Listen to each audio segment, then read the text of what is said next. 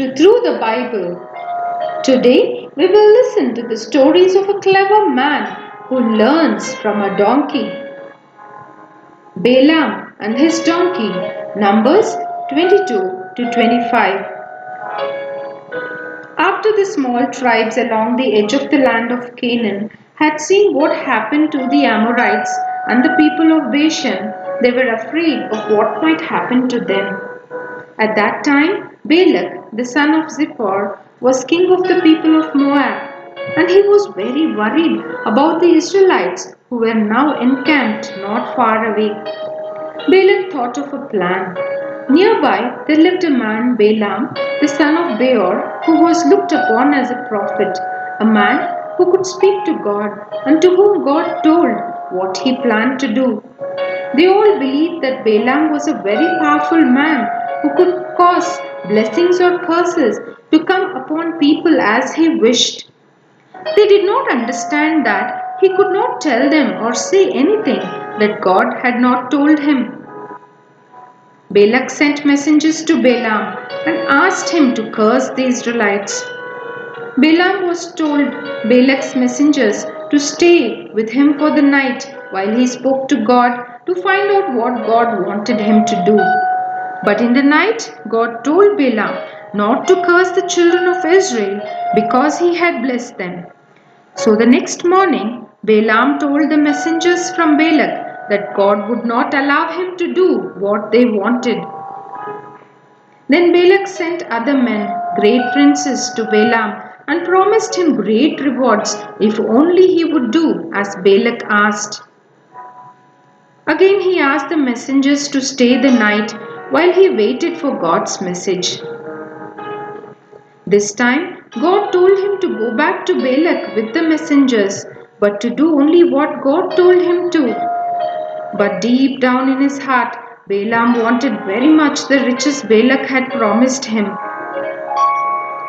Balaam went out, riding on a donkey, with his two servants alongside. Suddenly the donkey saw what Balaam could not see. The angel of the Lord standing in the way with a drawn sword in his hand. The donkey immediately jumped aside and began to run in the field. But Balaam hit her and drove her back onto the road. This time the angel chose a place where the road ran between two stone walls. When he appeared before the donkey the second time, she jumped to the side and crushed Balaam's foot against the wall, and he beat her again. Then the angel disappeared for a moment, only to appear a little further on. When the donkey took fright this time, Balaam beat her very hard. Then an amazing thing happened.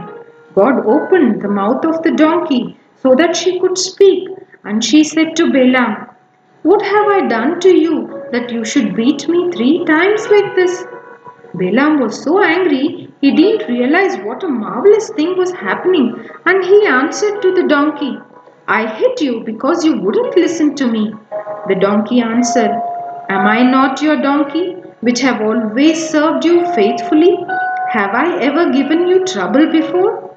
Balaam had to admit that the donkey served him very well.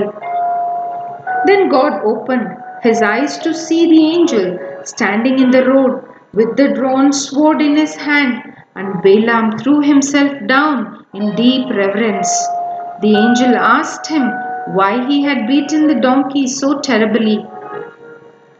The donkey had really saved Balaam by taking fright at the sight of the angel. Otherwise, the angel would have used his sword on Balaam. He was very sorry then that he had beaten the donkey and offered to turn back home again if the angel was angry about the way he was going. But the angel told him again to go with the messengers of King Balak. On no account, though, must he say anything except what the Lord had told him. So pleased was Balak to hear that Balaam was coming that although he was a king, he went out to meet him. "Why did you delay so long before coming?" he asked. "Did you not know that I could reward you with all kinds of riches?" But Balaam answered, "Yes, I have come, but I haven't the power to do anything except what God wants. I shall speak only the words which He gives me. On the next morning, Balak took Balaam up into a high mountain so that he could look down on the camp of the children of Israel in the valley below. There, Balaam told the servants of Balak to build 7 altars and to fetch 7 young oxen and 7 rams to be offered up to God on them.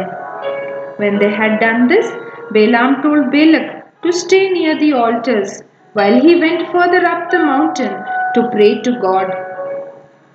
When he came back, Balak wanted to know immediately what God had said, but he was angry when Balaam told him, "He has told me to bless the children of Israel, and I cannot change that."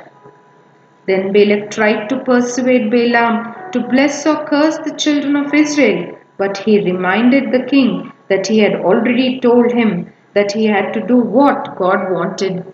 So Balak got Balaam to climb another mountain and to offer there again and ask once more for God's word. This time the message was even less what Balak wanted. As he looked at the Israelite camps, God's Spirit told him that those people would be like in the future. They would increase just like gardens growing up the riverside. Their kingdoms would be great and they would destroy all their enemies. Balak was so angry he told Balaam to go back to his own home immediately, but the prophet first had another message to give from God. It had to do with what God was going to do later with Balak's people. A star would come out of Jacob and a scepter out of Israel to stretch out over Moab as her ruler, and the lands of Edom and Moab and Ammon would be one day under the control of Israel. Now Balaam was a greedy man and he wanted very much to have some of the riches of Balak. The Israelites seemed to have settled down for a while, and Balaam thought out a plan which he could tell to Balak, and Balak would reward him for it. The best way for Balak was to give his people to intermarry with the Israelites and to lead them astray to worship the idols of the Moabites. And that is exactly the way it worked out. Then everything began to go wrong. It became so bad that all the Israelites seemed to be turning away from God. Then God sent a plague amongst them to jolt them to their senses. Thousands died as a result of the sickness. Moses then had all the ringleaders put to death who had encouraged the Israelites to do wrong. Then the Israelite armies, strong and depending on God, turned against the Moabites and their neighbors, the Midianites, and defeated them heavily in battle. Their towns were destroyed, their kings and princes were killed. Among them was Balaam. Balaam had wonderful chances. God had spoken to him. He was able to find out what God was going to do. But greed was his master, and the price of that greed was death amongst the enemies of God's people.